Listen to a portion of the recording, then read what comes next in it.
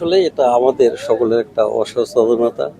আমরা যদি সচেতন হতাম তাহলে পাইপ উঠানোর পরে এই গর্তটা আমরা এইভাবে রাখতাম না। হ্যাঁ, এই পাইপ উঠিয়ে নিয়ে যাওয়ার পরে গর্তটা যদি বন্ধ করে দিত তাহলে আজকে হয়তো বা এই দুর্ঘটনা ঘটতো না।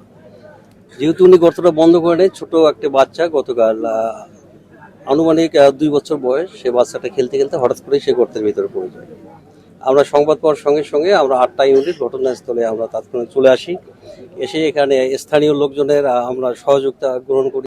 আপনারা জানেন যে 3টি ভেকু দিয়ে আমরা সেই পাইপটার ওই 12 ইঞ্চি যে ডায়া বিশিষ্ট যে গর্তটা ছিল সেই গর্তের ভিতরে আমরা একটা পাইপ, আনুমানিক 30-35 ফিট একটা পাইপ আমরা সেখানে দিয়েছি, 6 ইঞ্চি ডায়া বিশিষ্ট।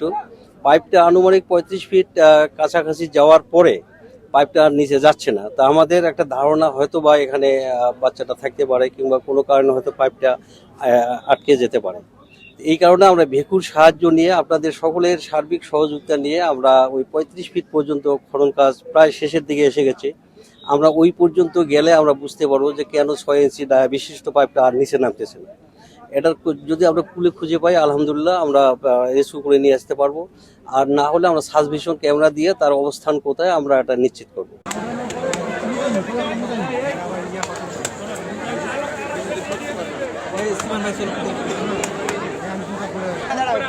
এখনো পানি আছে, আর নিচে যান, আরো নিচে যান, আরো নিচে চলে যান।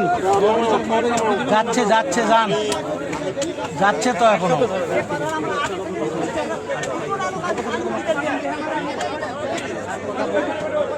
যাচ্ছে যাচ্ছে।